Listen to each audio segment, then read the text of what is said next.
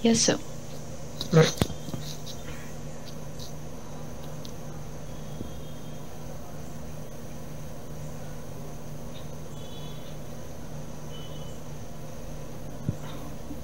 Good evening, everybody. Welcome to this evening episode of Pursue. This is Pursue 16B, which is Hematology Non-Neoplastic Lesions of WBC. We are streaming live from IPGMER, Kolkata.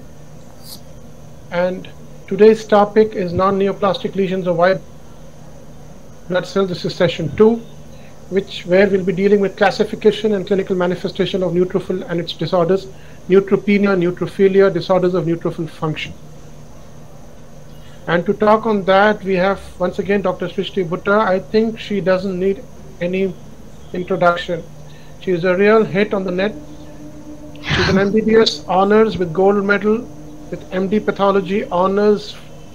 Presently she's a demonstrator in IPGMER and SSKM Hospital, Kolkata, with areas of interest in cytopathology, hematopathology, and oncopathology. A very excellent speaker and with profound knowledge. So before I ask Dr. Shristi to start, let me request all of you to keep your mic muted, your camera off, and please don't share your screen. With this, let me request, ma'am, please share your screen and let's start. Thank you so much, sir, for such an introduction. I don't know whether I deserve it or not. Thank you so much.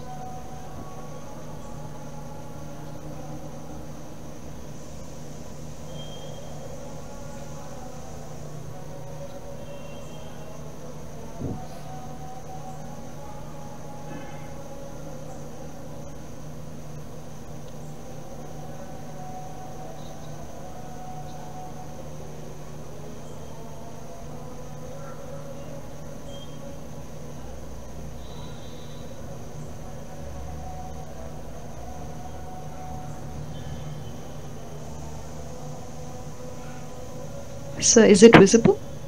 Yeah, just press that hide pop-up, it will go away. Yeah, please start. Thank you. Thank you, sir. So very good evening to everybody. We are all set to start with neutrophils and its non-neoplastic disorders, session 2. The neutrophils are phagocytic granulocytes that constitute an important component of the rapid, non-specific immune defense mechanism. They, like other leukocytes, are derived from the pluripotent hematopoietic stem cells. A total absence of neutrophils or a significant decrease in their number leads to severe immunodeficiency. Now, immunodeficiency due to an inborn absence or a significantly decreased number of neutrophilic granulocytes results in an unusually severe course of an infection by an unusual pathogen, sometimes resulting in a recurrent pyogenic infection and recurrent infections of the upper and lower respiratory tracts. So, in this lecture for today, we have the non-neoplastic disorders of the neutrophils. First among is, let me just show it to you, is the WHIM syndrome. Okay, now this WHIM syndrome basically arises due to the emigration defect of the neutrophils from the bone marrow. Subsequently, we have the quantitative defects, that is the severe congenital neutropenias and cyclic neutropenias, which will be discussed just in a bit, and the chemotactic defects, which includes the leukocyte adhesion defects 1, 2, 3, autosomal dominant hyper IgE syndromes, and the Shidaihigashi Syndrome. Besides that, we also have the bacterial killing defects like the chronic granulomatous disease and G6PD deficiency. So the entire seminar will be around these disorders, and there will be disorders resulting in neutrophilias and neutrophil function defects. Now, coming to the disorders of the neutrophil number. Neutropenia is an absolute reduction in the number of neutrophils. This neutropenia can either be mild, moderate, or severe. When it's mild, it ranges from 1000 to 1500 per microliter, whereas moderate neutropenia ranges from 500 to 1000 per microliter. Severe neutropenia results when the absolute neutrophil count is just less than 500 cells per microliter. Now coming to the causes of neutropenias, right? There are several that you can see. You have congenital causes, failure of production from the bone marrow, severe chronic neutropenias, cyclical neutropenias, and reticular dysgenesis. There are syndromic disorders associated with neutropenias like the glycogen storage disease type 1b. We also have the Sherman-Diamond syndrome, cardioskeletal myopathies, and onychotrichodysplasias. Antibody-mediated neutropenias can either be autoimmune or alloimmune neonatal neutropenias. Neonatal neutropenia due to autoimmune diseases in the mother is also one such. Idiopathic causes includes the chronic benign neutropenias.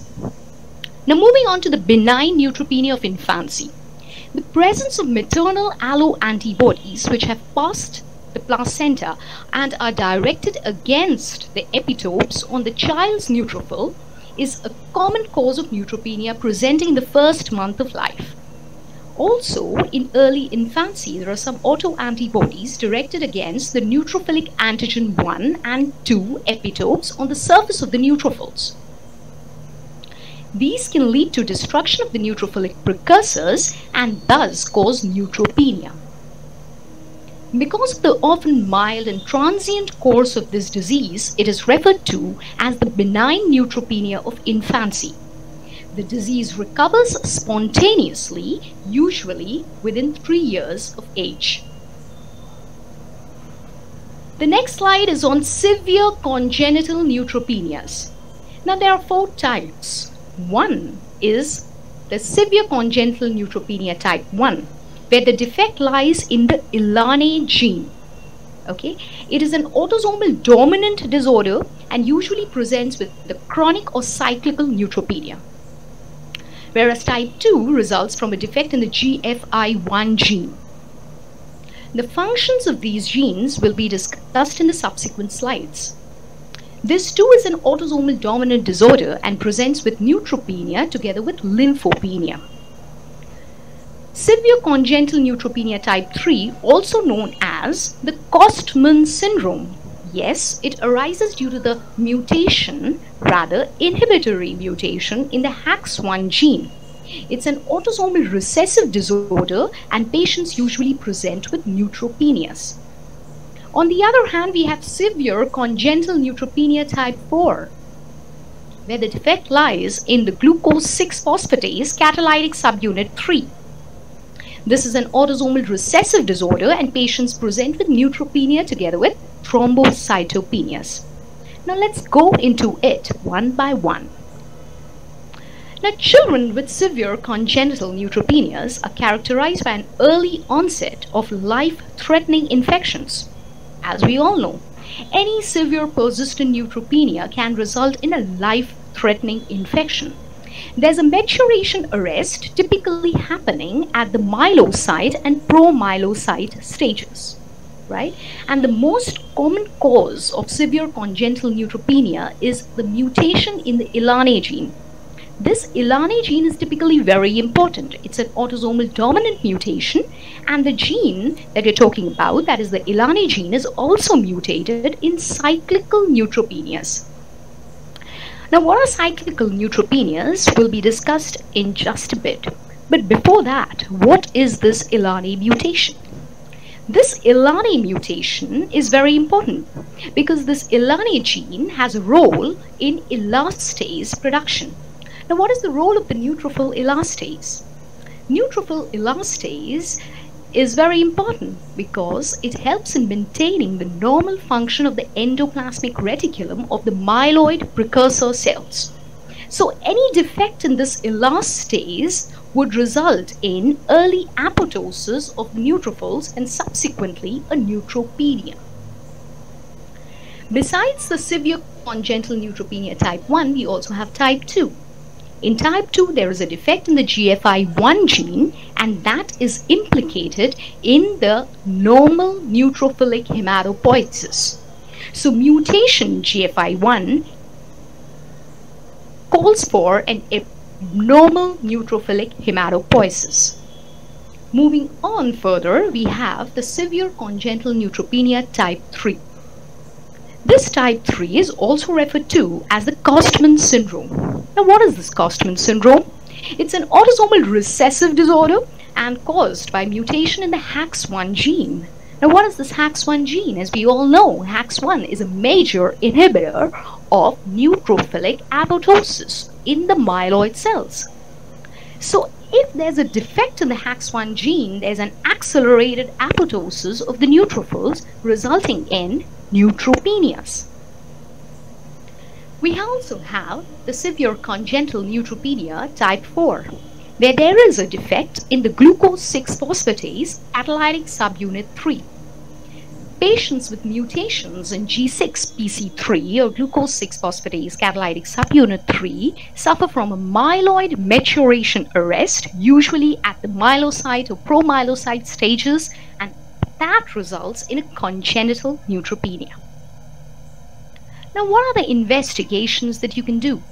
If there is an absolute neutropenia, usually presenting at the first day of life, okay, and the counts are below 200 per microliter, a bone marrow examination in such a case would just reveal a myeloid hyperplasia with maturation arrest at the myelocyte or the promyelocyte stages.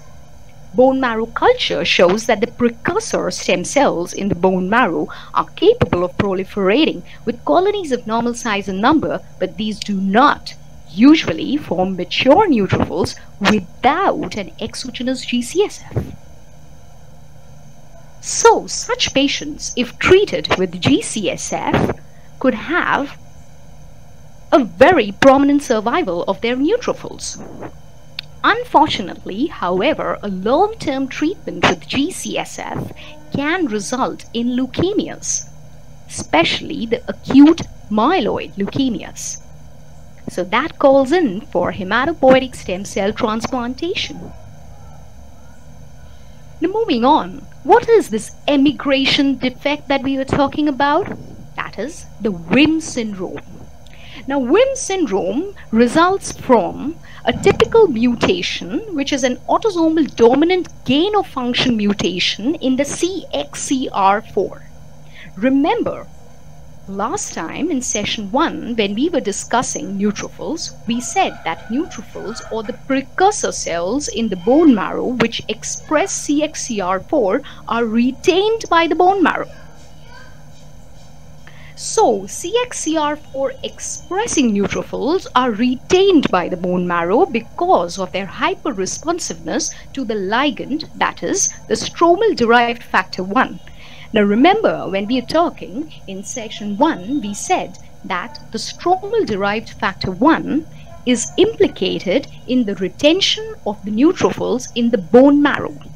CXCR4 expressing neutrophils are retained in the bone marrow because of the expression of the stromal-derived factor 1 by the bone marrow stromal cells and osteoblasts.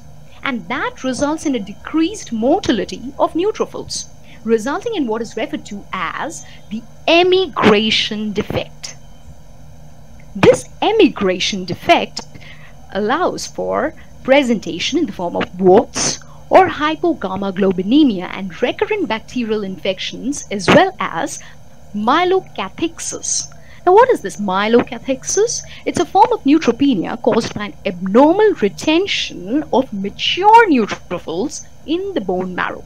So, even though the neutrophils are mature enough, unlike severe congenital neutropenia, where there was myelocyte and promyelocytic arrest, WHIM syndrome causes production of mature neutrophils. However, these mature neutrophils are retained because of the expression of CXCR4. Now, coming to reticular dysgenesis. Now, this is a rare condition characterized by a congenital agranulocytosis, lymphopenia, and a lymphoid and thymic hypoplasia. resulting in a severe combined immunodeficiency. So besides neutropenia, there is also lymphopenia. However, the hemoglobin and platelet counts are normal. The bone marrow examination shows a pronounced hypoplasia with absence of the myeloid and lymphoid precursors. Mutations in the gene encoding the adenylate kinase 2 have been implicated in this disorder. So what is this adenylate kinase 2?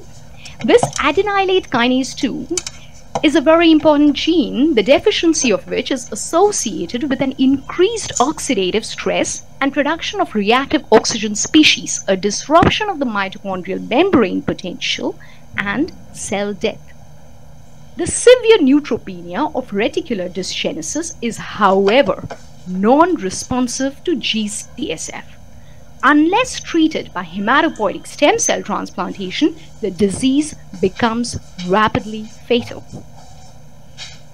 Now moving on to cyclical neutropenias. Now, this is a very rare disorder characterized by regularly recurring symptoms precisely due to neutropenias. Patients present with fever, malaise, mucosal ulcers, and occasionally life-threatening infections related to regular cyclical fluctuations in the number of blood neutrophils. It has an autosomal dominant pattern of inheritance. The condition is caused by a cyclical oscillation in the bone marrow production and release of mature neutrophils. Now, why does that happen? The reason behind it is the mutation in the gene encoding for neutrophil elastase. That is, remember the ELANE gene that we talked about in severe congenital neutropenia type 1?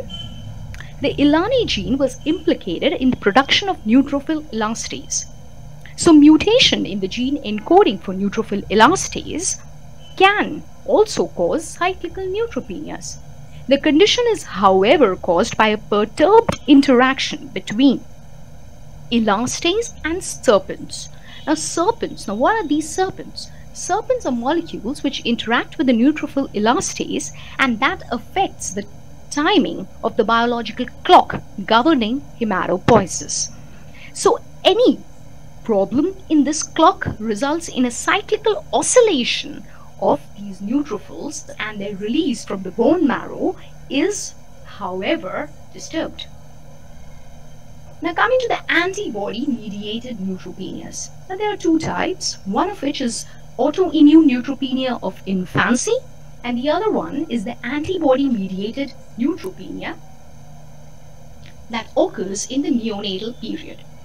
Now, autoimmune neutropenia of infancy is the most common cause of chronic neutropenia in childhood and is characterized by the presence of anti-neutrophil antibodies. So the autoantibodies can mediate a peripheral destruction of neutrophils and or inhibit its myelopoiesis in the bone marrow. A positive antibody test is very important, or rather crucial, because that can make a bone marrow biopsy completely unnecessary. Bone marrow examination in this case would therefore reveal a normal cellular or hypercellular marrow with a myeloid hyperplasia, and there is production of autoantibodies which can be detected. Immune neutropenias in the neonate. Now, neutropenias in the neonate may be caused by an anti-neutrophil antibodies that are transplacentally transferred. Maternal anti-neutrophil antibodies may be present in conditions like autoimmune disorders, SLE, rheumatoid arthritis, or might be the result of prenatal maternal sensitization by fetal neutrophils. That is the alloimmune neonatal neutropenias. In alloimmune neonatal neutropenias, the antibodies are most commonly directed against the neutrophil antigen 1 or 2 epitopes. Such antibodies can remain detectable in the infant for up to 6 months. The diagnosis, however, is confirmed by the demonstration of these by anti-neutrophil antibodies both in the baby and in the mother. Now, chronic congenital neutropenia in association with other syndromes, like the glycogen storage disease type 1b, which is similar to the von Herx disease, We also have the Sherman-Diamond syndrome, which is an autosomal recessive disorder characterized by pancreatic insufficiency and neutropenias. The absolute neutrophil count in this case ranges from 200 to 400 per microliter. Other disorders like cardioskeletal myopathy and onychotrichodysplasia have also been reported. Now moving on quickly to neutrophilias. Now what are neutrophilias? You already know neutrophilia is best defined as an increase in the absolute neutrophil count that is above 2 standard deviation above the mean for normal adult individuals. So anything above 7,500 per microliter in adults is referred to as neutrophilia. In normal individuals, the neutrophil count varies with the serum cortisol level. Remember the one we discussed in the last class, that serum cortisols results in a decreased level of L-selectin. A decrease in the L-selectin results in inhibition of the rolling, and therefore neutrophilias happen because the neutrophils move from the marginating pool to the circulating pool. And that happens usually late in the afternoon under normal conditions. Neutrophil count increases slightly after meals, even with postural changes and with stress and emotional stimuli. So now coming to the workup of neutrophilia. The evaluation of neutrophilia begins with a thorough history and physical examination to search for an underlying disease state. Neutrophilia commonly results from an acute or chronic inflammatory process. A bone marrow examination is rarely required to ascertain neutrophilias. However, if you're suspecting a primary marrow dyscrasia, it is often required. Bone marrow biopsy with culture usually detects fungal or mycobacterial organisms. Now coming to the major causes of neutrophilia, you have the primary causes like the hereditary neutrophilias, Down syndrome associated neutrophilia, typically the transient myeloproliferative disorder or the transient abnormal myelopoiesis, leukocyte adhesion defects, chronic myeloproliferative disorders, and reactive or secondary neutrophilias typically occurs due to acute infections, chronic inflammation, cigarette smoking, exercise, stress, drugs, bone marrow stimulation by non-hematological malignancies, and heat stroke. Now coming to reactive neutrophilia. Going quickly over it, we all know that acute infections commonly cause various degrees of neutrophilia due to the release of the segmented neutrophils and bands from the bone marrow. They enter into the marginating pool, and that happens typically in bacterial infections, which may be pneumococcal, staphylococcal, leptospiral, etc. Viral infections like herpes, varicella, Epstein-Barr virus. Now reactive neutrophilias are typically associated with toxic granules, dual bodies, and cytoplasmic vacuoles, and an elevated level of leukocyte alkaline phosphatase, or the LAP. Now what is this leukemoid reaction? Leukemoid reaction denotes a pronounced neutrophilia in acute inflammatory conditions. Okay, a myeloid leukemoid reaction is defined as a peripheral blood count of WBCs which is more than 50,000 per cubic mm, or a differential count with more than 5% of immature myeloid cells capable of division, typically the metamyelocytes, myelocytes, and promyelocytes. Severe bacterial infections are associated with this reaction, but viral infections do not usually cause a myeloid leukemoid reaction. Disseminated fungal infections, however, can cause a mild to profound neutrophilia. What are the differential diagnoses, and how do you ascertain it? The differential diagnosis of a leukemoid reaction besides CML that we know of is also CNL. What is this? Now CNL, chronic neutrophilic leukemia, has to be distinguished from a leukemoid reaction. Okay, it is important because patients present with neutrophilia. In addition, there is also a dysplasia with a very important mutation that is seen in about 89 to 100% of these cases. It's nothing but the CSF3R. Okay, that is the Colli stimulating factor 3R. Okay. Now, cytogenetic and molecular studies should always rule out CML. There should not be any T922 or BCR-ABL transcript, and particularly no P230 BCR-ABL transcript, because this P230 BCR-ABL transcript is often associated with neutrophilias.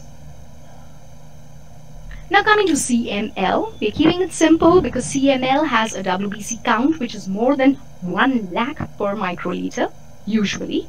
Okay, a WBC differential containing promyelocytes and metamyelocytes as well as myelocytes. So myelocyte peak is very important in CML. Okay, a low lap score, a large spleen, and above all a Philadelphia chromosome. Now when we sum it up, we have a leukemoid reaction which predominantly shows mature neutrophils with a marked left shift. Okay, whereas the CML shows besides the immature cells, basophils as well as eosinophils. A chronic neutrophilic leukemia shows a marked neutrophilia. Bone marrow examination in a leukemoid reaction shows a myeloid hyperplasia, whereas it shows basophilia, eosinophilia, monocytosis, and increase in blasts in CML. It should be noted that HLA-DR, okay, is negative in case of leukemoid reaction, whereas it is positive in case of CML and CNL. Besides that, we also have the cytogenetic abnormalities like BCR-ABL in CML and CSF3R seen in 89 to 100% of the cases in CNL. Now, a very important thing for undergraduates as well as postgraduates is the neutrophil alkaline phosphatase or NAP. Now, what is this NAP or LAP? It's also referred to as the leukocyte alkaline phosphatase. The alkaline phosphatase activity is found predominantly in mature neutrophils and metamyelocytes. Okay, so what is the principle and why is it needed? It is important because it differentiates CML from a leukemoid reaction. And the principle behind it is that the naphthyl ASB1 phosphate is hydrolyzed in the presence of LAP at an alkaline pH into the aryl naphthylamide. Okay, and this aryl naphthylamide that is generated is coupled with the fast blue. Okay, and what happens is that this fast blue converts it into an insoluble precipitate at the site of the enzymatic activity. So that is the basic principle behind it. And because this LAP enzyme is characteristically present in mature neutrophils and in metamyelocytes, it is important to note that the LAP score is very high in case of a leukemoid reaction, whereas it's low in case of a CML. Now, how do you score it? When it's no granules, it's 0. 1+ shows occasional diffuse granules, moderate granularity is 2+, and strong positive is 3+, and confluently strong positive is 4+. The test was based on the principle that normal neutrophils, remember, would be very high in LAP. However, these abnormal neutrophils in CML, okay, as well as the immature forms, would have a low or deficient LAP. Scores of the LAP test can range from 0 to 400, and those between 20 to 100 are considered as normal. A score that's higher than the normal is obviously associated with a leukemoid reaction. How do we ascertain it? We can add up the scores. For example, if we count it for 100 cells, and 20 of such show 1+, 25 show 2+, 40 show 3+, and 15 show 4+, we can simply multiply and then subsequently sum it up, and a score of 20 to 100 is obviously normal. But however, this technique is comparatively very subjective. It's time consuming as well. So for that, we now use LAP assay by flow cytometry. Okay, we can do it on the EDTA samples, and that is very important. The LAP has not lost its significance, let me tell you that.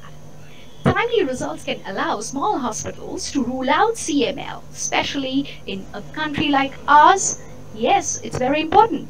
It can rule out CML before the outsourced molecular biology results are possible. So if you have to outsource a BCR-ABL transcript, you can better do a LAP score and determine whether it's CML or not.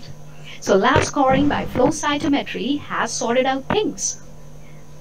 A gating strategy is established to measure the LAP score in the mature granulocytes. So we do a side scatter plot here with CD45 and finally find these granulocytes here and up there.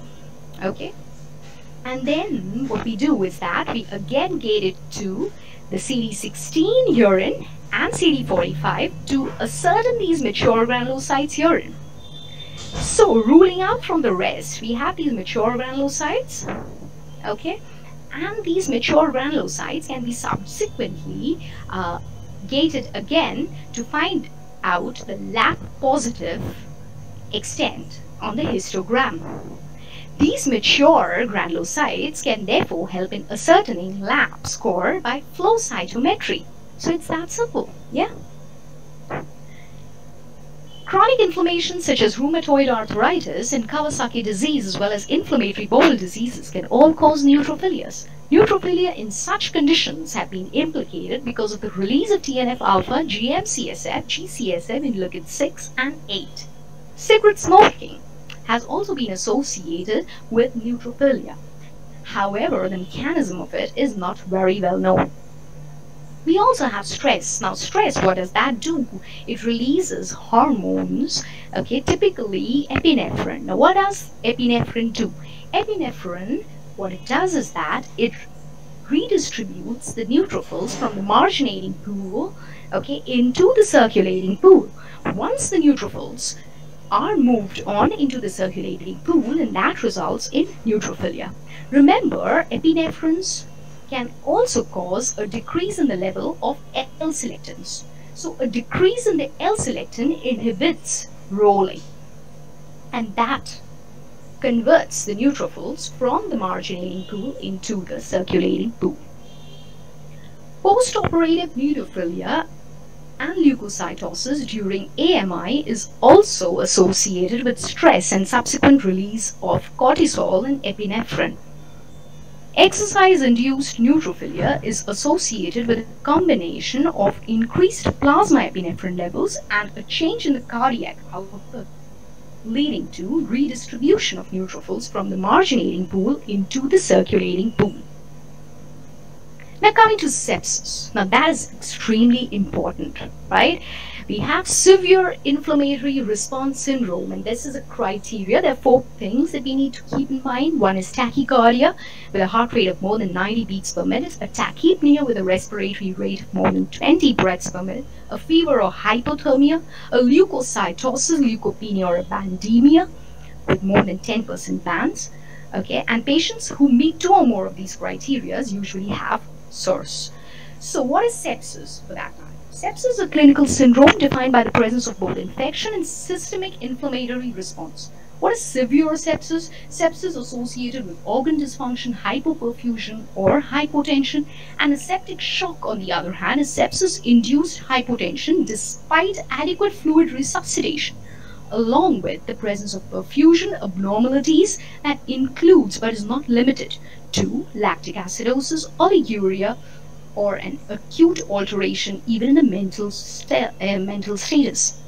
Multiple organ dysfunction syndrome is, however, associated with the presence of altered organ function in acutely ill patients, such as homeostasis cannot be maintained without any interventions. Now, Robbins and Cotran, we are very, very indebted to them, right? Because they define that microbial products, that is pathogen-associated molecular patterns, can stimulate the neutrophils and monocytes, and that results in activation of them, releasing cytokines and cytokine-like mediators like TNF and the interleukins. And subsequently, what happens is that the interleukin-1 is very important. It results in fever. In addition, the systemic effects like myocardial contractility, which is diminished, and metabolic abnormalities can all result in a multi-organ failure. What happens is that these endothelial cells, which are also activated, can either have a procoagulant effect or an antifibrinolytic effect, and that results in DIC, and subsequently tissue ischemia, all resulting in a multi-organ failure. Even activation of the complement cascade results in activation of these endothelium and subsequent destruction. In addition, what happens is that these interleukins have the propensity to cause vasodilatation, increased permeability, a decreased perfusion, and subsequently a multi-organ failure. So yes, we have decoded sepsis, right? So this is the pathway that is completely involved in sepsis. And these are the cytokines that are actually important for all of us to know. Now, coming to primary neutrophilia. They may be hereditary, it may be a rare autosomal disorder characterized by chronic neutrophilia ranging from 20,000 to over 1 lakh. Okay, patients may have splenomegaly, but it's very important that the lab score is elevated. Okay, even though it has a splenomegaly here and a very high count, okay, the lab score is elevated.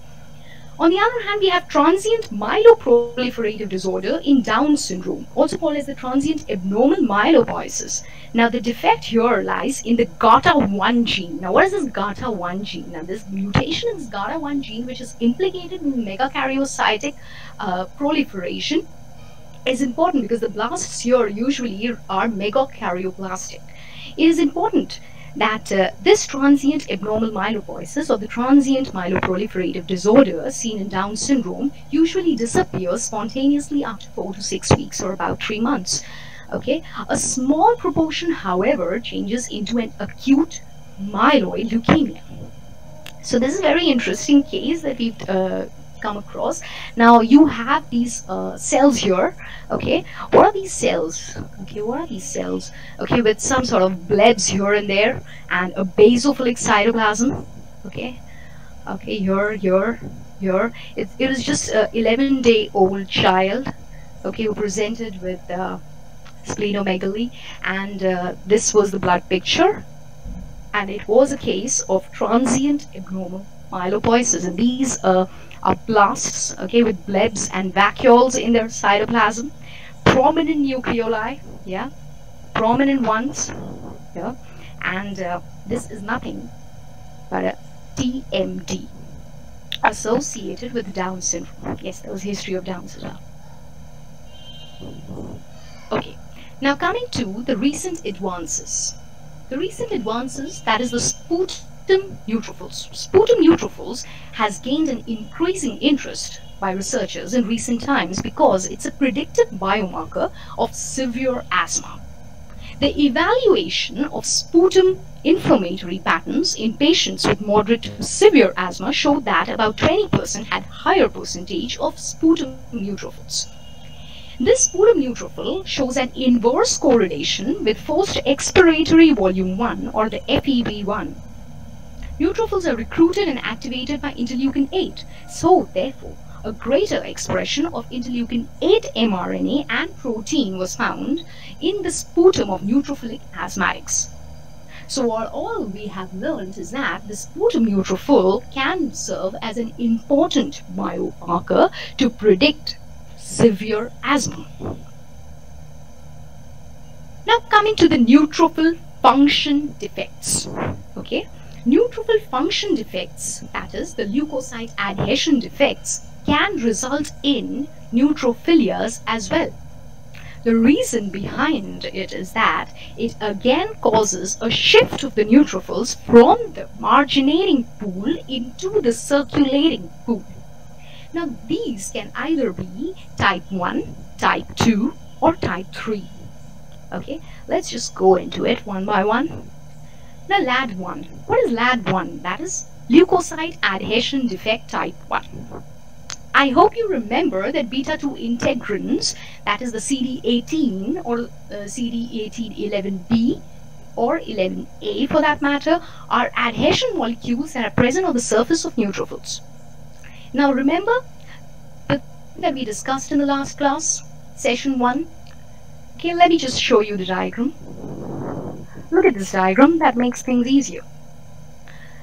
Now coming to the integrins, as I said, these are all integrins here, okay, and these integrins bind to the integrin receptors on the surface of the endothelium. So these integrins expressed on the neutrophils bind to the integrin receptors, okay, expressed on the endothelium. A defect here, a defect in this integrin would therefore result in inhibition of this tight binding or firm adhesion, and that would result in a leukocyte adhesion defect type 1. Okay, so coming back here again, we have beta-2 integrins, okay, that can be CD11B or 11A, and they are expressed on the surface of the neutrophils. Now remember, they bind to the integrin receptors, that is the ICAM1 and the VCAM1, that are expressed on the surface of the endothelium, and that brings about the firm adhesion. So the classical adhesion deficiency that we talked about, that is the LAD1, is caused by a mutation in the gene that encodes the common beta-2 subunit of the integrin. In this disease, otherwise structurally normal neutrophils are not able to attach to the endothelium, and therefore they shift from the marginating pool into the circulating pool, resulting in a very high neutrophil count, and sometimes even prompting the physicians to consider that this would be a case of an infant leukemia for that matter. Now, children in this case usually present with a delayed separation of their umbilical cords, followed by a fatal omphalitis. More than 75% of children die before the age of 5 years if they do not receive a bone marrow transplantation. The severity of infections and complications is related to the severity of the CD18 deficiency. Cases with less than 1% expression are clinically very severe. Okay, whereas those with 2.5 to 10% expression of the beta-2 integrin are moderate to mild. LAD1 carriers have about 50% expression of CD18 and are clinically asymptomatic. The diagnosis is to be suspected when an infant presents with serious infections and a striking neutrophilia. The diagnosis can be confirmed by flow cytometric analysis of the peripheral blood neutrophils using monoclonal antibodies against CD11 or 18. It should be noted that leukocytes express CD18 at about 20 weeks of gestation, and therefore even chordocentesis can allow for a prenatal diagnosis of LAD1. Now coming to LAD2.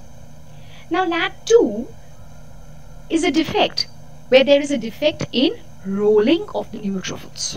Okay, now rolling. Now rolling, remember the diagram here. Now rolling is implicated only when the Sil-Lewis X modified glycoprotein interacts with the E and the P selectins expressed on the surface of the endothelium. So what happens is that if there is an absence of the Sil-Lewis X modified glycoprotein, that is the ligand for the selectins here, there is a defect in the rolling. A defect in the rolling again allows for the movement of the neutrophils from the marginating pool into the circulating pool, and that results in neutrophilia. So there's a marked decrease in chemotaxis accompanied by a pronounced neutrophilia. Apart from the leukocyte defect, these patients also suffer from mental retardation, stunted growth, and a rare Bombay blood group. Okay, that is, as we all know, it's just the absence of the H antigen. Confirmation can be done by cell sorter analysis or flow cytometry involving CD15, which encodes the Sil-Lewis X modified glycoprotein. Now coming to LAD3. Now LAD3 is a LAD1 variant. Okay, it's a mild LAD phenotype and mild leukocyte adhesion defect. Why do I say mild? Because extensive studies have revealed that there is a mutation in the firm T3. Now what is this firm T3? Firm T3 is a gene that encodes for a hematopoietic structural protein called the kindlin-3. Okay, what is the function of this kindlin-3? The kindlin-3 acts as a switch to activate the integrins on the surface of the neutrophils. Okay, so if there's a defect in firm T3, there's a defect in the production of kindlin-3, and that cannot allow the switching on of the integrins. Hence, the integrins remain unactivated, and that these inactivated integrins cannot bind to the integrin receptors, and subsequently there is increased neutrophilia because the neutrophils move from the marginating pool to the circulating pool here. Yeah, you've all understood that. Now coming to the autosomal dominant hyper IgE syndrome. Now, autosomal dominant hyper IgE syndrome is a multi-system disorder characterized by an elevated level of IgE. There's a loss of function mutation in the signal transducer activator of transcription 3, and that leads to a loss in the production of T helper 17. Now remember, the last class that we discussed, the T helper 17 cells are basically implicated in the recruitment of neutrophils. So if there is a defect in T helper 17, the recruitment of neutrophils cannot happen. And in that case, there's a profound defect in the chemotaxis. Okay, so a defect in the chemotaxis results in neutrophilia. Now, who senses the danger in our body? Yes, we all know it's the toll-like receptor. The toll-like receptors are proteins that play a key role in the innate immune system. They are structural receptors, conserved molecules, and it is important to note that neutrophils express all the toll-like receptors except the TLR3 and 7. So this is urine. The diagram shown alongside is a TLR4, and it has what is important to note, the TIR domain. Okay, with an adaptive protein. It is important because it is essential for the signaling pathway. It plays a pivotal role in the production of the NF-kappa beta, and that subsequently allows for a downstream signaling pathway. The downstream signaling, remember, let's move on to the next slide. We have the pathogen-associated molecular patterns and disease or damage-associated molecular patterns.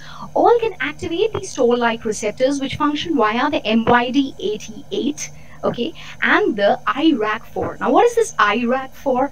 IRAK4 is nothing but the interleukin-1 receptor-associated kinases. Now, what are the function of this? This IRAK4 and MYD88 are important because they allow for the production of NF-kappa beta and allow for the signaling via the MAPK and the mTOR pathway. There is production of pro-inflammatory and anti-inflammatory cytokines like interleukin-1 beta, 6, 12, TNF-alpha being pro-inflammatory, whereas interleukin-10 being anti-inflammatory. So neutrophils from children with recurrent pyogenic infections, especially the Streptococcus pneumoniae, caused by an inherited IRAK4 deficiency. In addition, inherited mutations in the genes encoding the MYD88 are also implicated in a similar phenotype. Now, what are the defects in the killing? We all know phagocytosis is the initial step which allows for the neutrophils to destroy the invading pathogens. Okay. It may be by the release of the granules or by formation of the neutrophil extracellular traps. Yeah. Now coming to the very important condition, it's the chronic granulomatous disease. Now this is the most frequent disorder of neutrophil function. In chronic granulomatous disease, the components of an enzyme complex named the NADPH oxidase is absent. Okay, yeah. And that leads to the inability to phagocytose the microorganisms. Remember the NADPH oxidase that we were talking about? Okay, and the MPO halide system that we were talking about in the last class? Now, apart from the fulminant infections by bacteria and fungi, this also leads to a chronic and low inflammatory reaction characterized by granuloma formation. It even simulates Crohn's disease and sometimes even sarcoidosis, you know. So in the gut, the process is indistinguishable from Crohn's, and in the lungs, sometimes this condition mimics a sarcoidosis. Now this is the NADPH oxidase. It has a plasma membrane component. It also has a cytoplasmic component. Okay, the membrane component has a very important subunit here, that is the GP91 FOX. What is the function of this? We'll be coming to that in just a bit. Now, we also have the P22 FOX in the membrane. In the cytoplasm, however, we have P47, P67, and P40 FOX. It is important to note that 2/3 cases of chronic granulomatous diseases are X-linked. Okay, and being X-linked, they are associated with a mutation in the GP91 FOX. Whereas about 1/3 of the cases have a defect in the GP47 FOX and 67 FOX, whereas GP22 FOX affects a minor percentage, that is about 5% of the cases. It is important to note that most of the cases, that is about 2/3, are X-linked recessive, whereas the rest, that is the 1/3, is autosomal recessive. A very important function is that of GP91 FOX. which encodes a membrane-bound subunit of the enzyme. Now, what is the function? Now, NADPH donates electrons, okay, which passes on within the GP91 forks to the molecular oxygen here. Okay, so once you have this molecular oxygen, okay, that accepts the electron donated by the NADPH, it is passed on within the GP91 forks to the oxygen here to generate what is called as the superoxide. This superoxide spontaneously dismutates to form H2O2 or the hydrogen peroxide. This hydrogen peroxide subsequently, in the presence of MPO, okay, changes into the halide. And it is this H2O2 MPO halide system which has been the most efficient system of bactericidal activity in neutrophils. So what are the clinical features? Most children with chronic granulomatous disease present in the first year of life with recurrent bacterial and fungal infections. The most frequently encountered pathogen may be Staph aureus, Aspergillus, and enteric gram-negative bacteria. One of the major hallmarks of this condition is, yes, the granulomas that we were talking about that often mimic Crohn's disease granuloma. Now the diagnosis. The bacterial killing test is a comprehensive screening test for the defects in the opsonization, phagocytosis, or intracellular killing. However, this test is very time consuming, and is also very subjective. So for that matter, we have nitro-blue tetrazolium test, very important test for the postgraduates to know. It's a test which is extremely easy and reliable to ascertain the disorders of oxidative metabolism. Neutrophils are exposed to a stimulus, that is the PMA, the four-ball, that is the myristate acetate, or the PMA for that matter, incubated with nitro-blue tetrazolium, or the NBT, and staining is assessed by counting around 100 neutrophils on a smear, okay, similar to the lab that we did. After stimulation, more than 95% of the neutrophils from the healthy individuals must stain positive with a blue-black precipitate or formazone. Okay, now whereas when it is less than 5% of neutrophils staining with this, it happens in conditions that is the chronic granulomatous disease. Carriers of this X-linked chronic granulomatous disease usually show a 30 to 70% positive stain. More sensitive quantitative tests have also come up. Okay, they use flow cytometric analysis to determine this nitro-blue tetrazolium activity in the neutrophil. Now, neutrophils are stimulated in vitro using reagents like PMA, and superoxide or hydrogen peroxide is generated, and that is what is measured. In one assay, even hydrogen peroxide generated by stimulated neutrophils converts the dihydrodamine to rhodamine, and that is detected using the fluorescent detector. We also have certain Western blot analysis, Western blot analysis. Now, what is the function of this Western blot analysis in this case? It uses antibodies that can ascertain that which component of this NADPH oxidase, that is the GP91 or GP47, 67, 40 or 20 for that matter, is involved. Okay, so even the component that is implicated in the NADPH oxidase deficiency can be ascertained. Now coming to the MPO deficiency, we have the myeloperoxidase deficiency. Now this is a minor phagocyte intracellular killing defect. Yes, we know that MPO converts H2O2 to the halide. It is caused by a mutation in the MPO gene, which is expressed on chromosome number 17.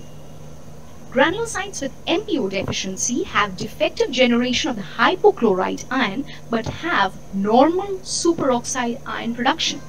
Okay, and hence the intracellular killing for that matter is just minimally affected.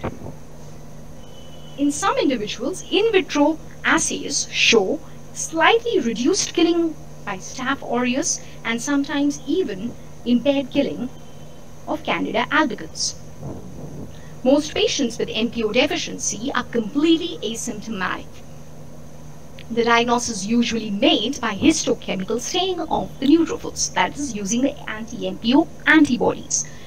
Then we can also do the NBT test when it's quite close to chronic granulomatous disease. So what do we get in that case? We have a tetrazolium that is yellow in color. Okay, that in the presence of NADPH oxidase produces formazole, and that is blue in color.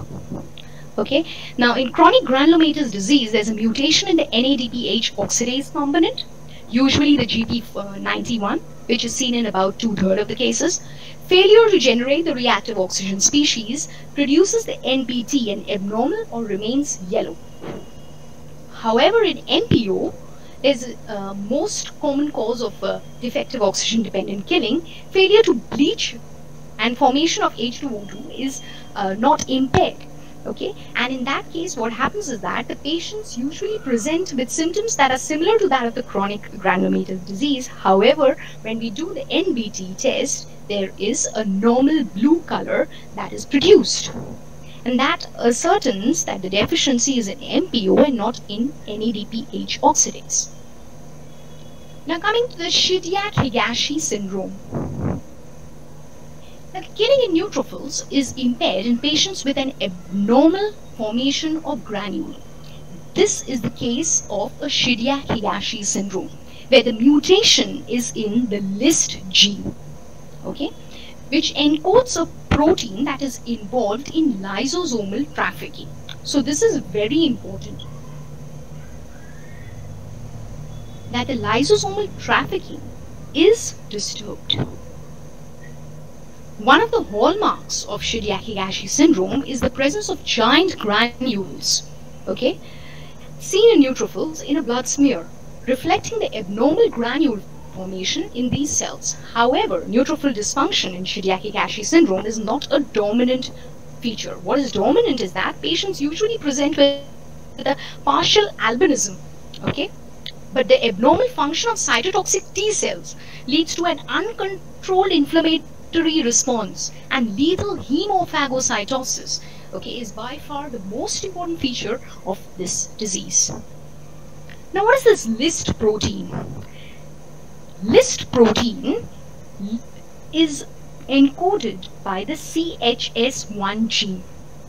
What is the function of LIST protein? The defective formation of this protein results in uncontrolled granule fusion, and that results in what is referred to as large or giant granules, not only in neutrophils but also in the Schwann cells, melanosomes, etc. A deficiency of granules containing serotonin and ADP in platelets often results in a defective platelet aggregation and even a prolonged bleeding time. This is just a pictorial representation of this Shidaihigashi syndrome. Yes, as I said, that there is a defect in the CHS1 gene, okay, which results in the LIST protein defect. Now, LIST protein is defective, therefore there is giant granules, okay, all resulting in functional defects. Even the platelets have lack of serotonin and ADP, and that results in defective platelets, resulting in easy bleeding or bruising. In addition, we also have recurrent infections because of these giant granules within the granulocytes, okay, all resulting in infections, which may be skin infections, respiratory or GI infections, and there may be defective granules even within the Schwann cells, resulting in peripheral neuropathies, seizures, weakness, gait disturbances, etc. Now coming to the specific granule deficiency.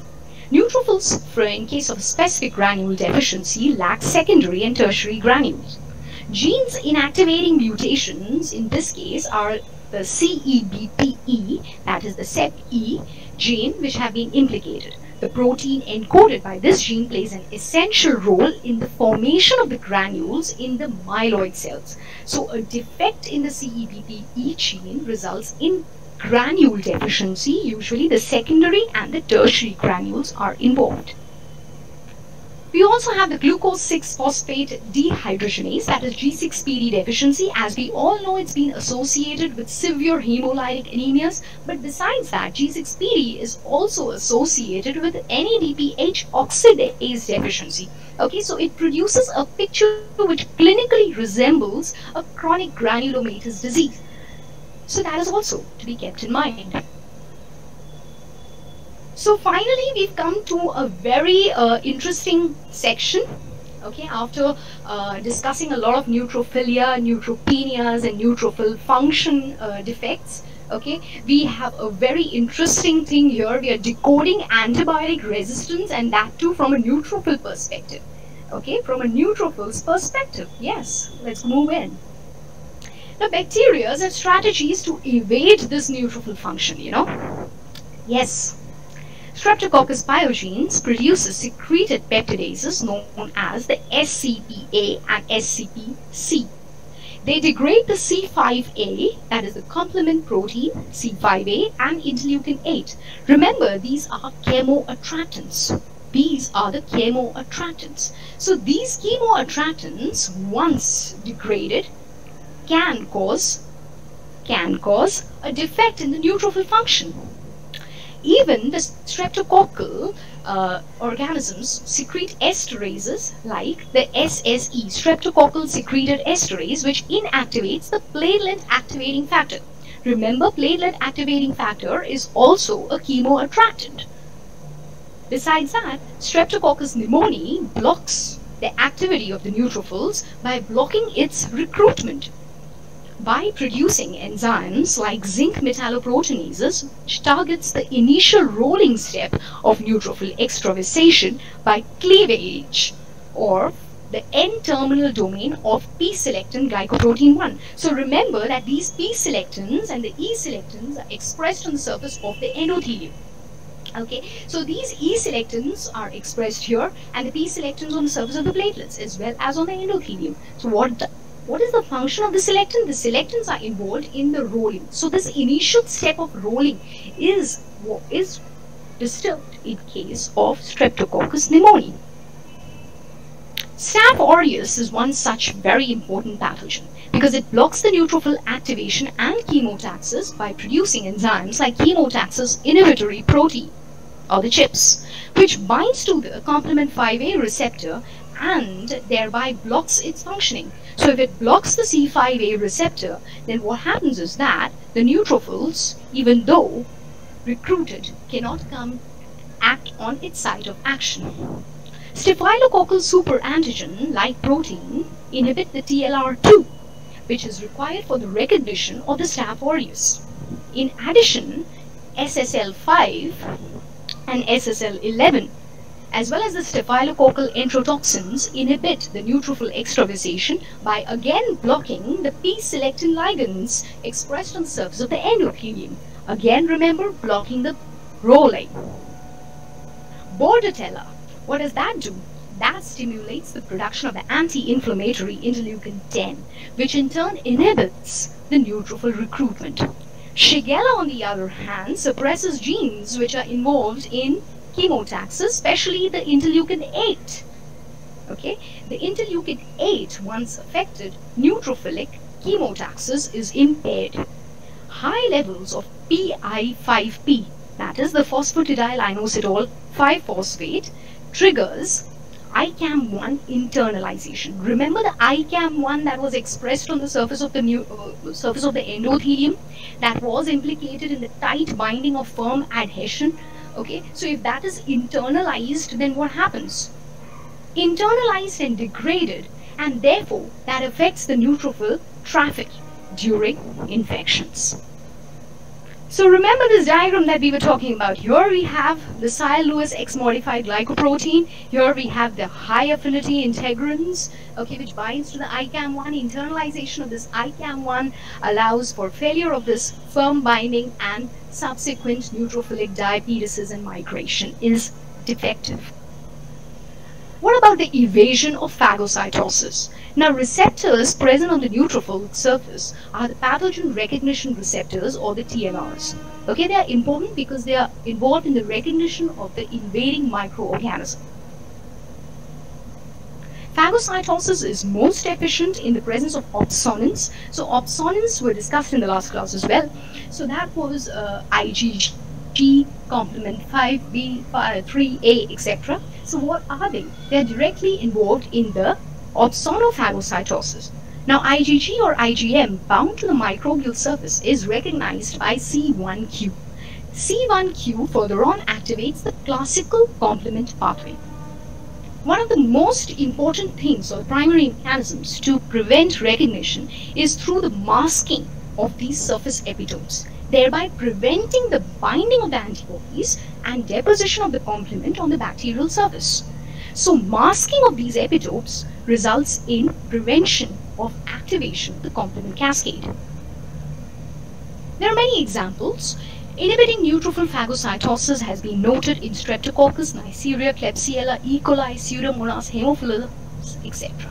Bacterial pathogens also mask epitopes through structural modifications that prevent recognition by the pathogen recognition receptors or the TLRs present on the surface of the neutrophils.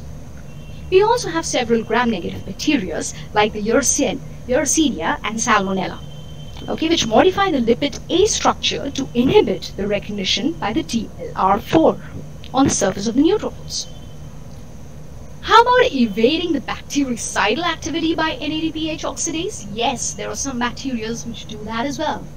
Anaplasma phagocytophilum is one such obligate intracellular pathogen. It has the propensity to evade NADPH oxidase mediated killing. Anaplasma phagocytophilum does not elicit a pronounced increase in the intracellular reactive oxygen species. It rather inhibits the delivery of the GB91-FOX. Remember the GB91-FOX in chronic granulomatous disease that we were talking about? Yes, it is the same GB91-FOX of the NADPH oxidase, which is inhibited. Inhibiting it results in improper formation of the phagolysosomal or vacuolar membrane, and as a result of which there is evasion of the bactericidal activity.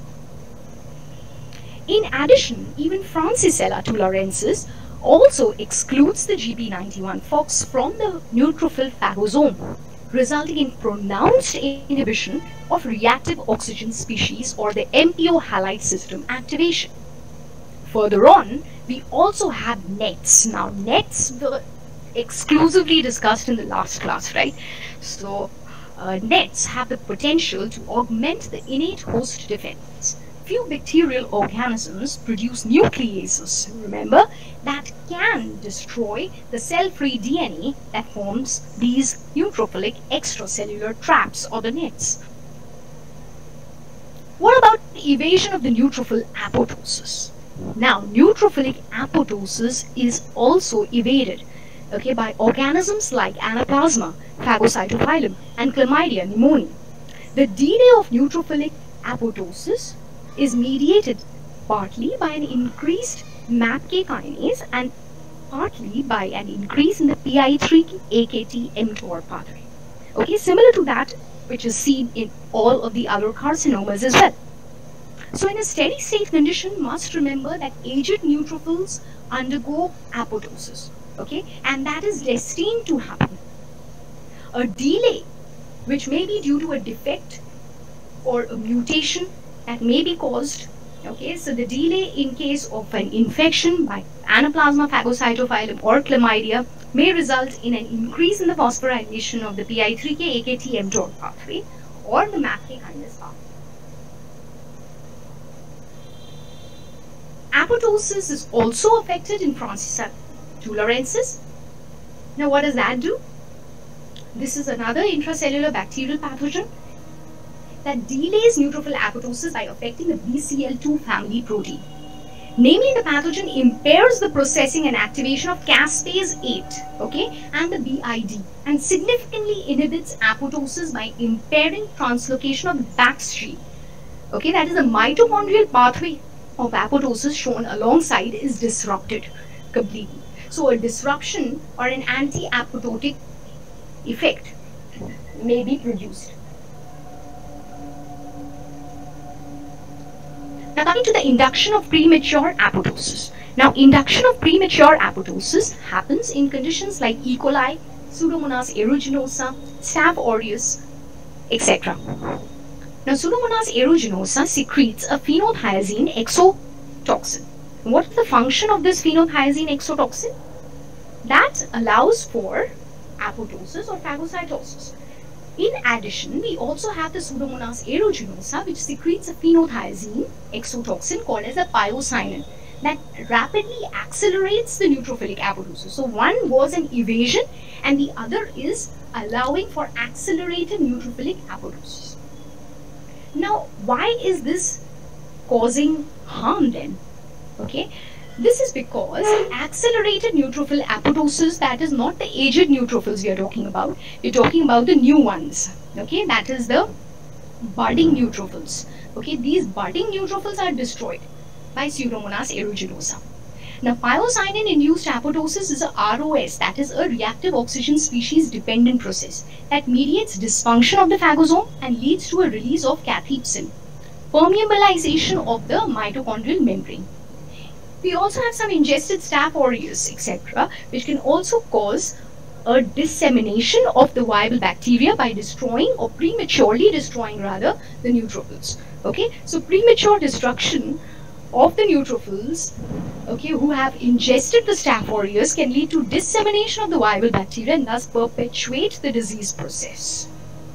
Okay, so eventually, yeah, it was a very long seminar, I agree completely. Yeah, so what are the key takeaways from this seminar? Defects in the neutrophil quantity, adherence, chemotaxis, and killing all lead to severe and potentially life-threatening diseases. Neutrophils are not that simple, right? The ones that we see in the peripheral smear every day in and day out. Yeah. Dissecting the molecular pathology of disorders of neutrophil function has given us a unique insight into the primary means by establishing of what confronts pathogens, that is the innate immune system. Once recruited, neutrophils have a wide range of toxic mechanisms to fight any invading microorganism. When infections occur too frequently and severely impair the quality of life, support for neutrophil development is essential, and that is done by GCSF. However, high GCSF doses can predispose to AML. So careful monitoring of genetic changes may help to define the right moment for hematopoietic stem cell transplantation. During fulminant infections that do not respond to antibiotics or antifungals, transfusion of donor neutrophils can be a very good option. Many bacterial species, whether primary pathogens or common cells for that matter, have the capacity to produce immune evasion molecules. As we all discussed, they evade completely the bactericidal process, phagocytosis, apoptosis, etc., everything. So there is a diverse array of bacterial immune evasion molecule that exists. In this era of increasing antibiotic resistance, especially among the common cells, the opportunistic pathogens, alternative therapeutic and/or vaccines are the need of the hour. Therefore, targeting bacterial immune evasion molecule could be one such approach. Thank you so much for your patient hearing. Thank you. Thank you so much for this wonderful lecture. Excellently done. Just if you can just stop sharing so that we can see you. Yes, sir.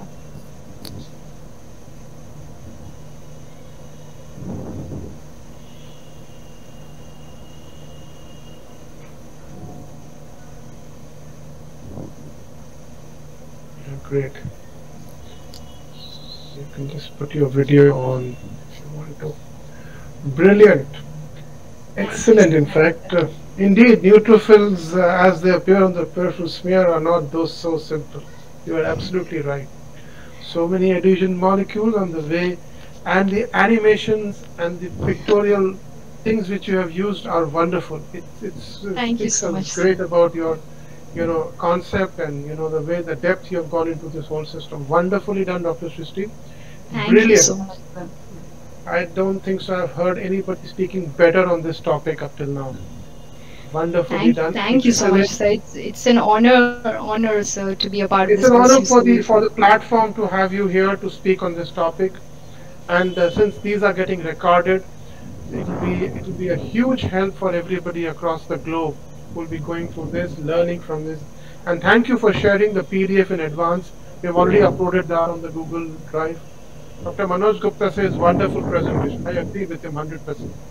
Thank you, sir. Thank you so much. Wonderfully done. We are looking forward for the next lecture. I think that is on the 13th. Is that right? Yes, sir. So, right till then, thank you, Dr. Shristi. God bless you. Wonderfully done. Brilliant. Excellent. Take care. Bye-bye. Thank you so much, sir. Thank you, sir. Bye. Night. Bye-bye. Good night.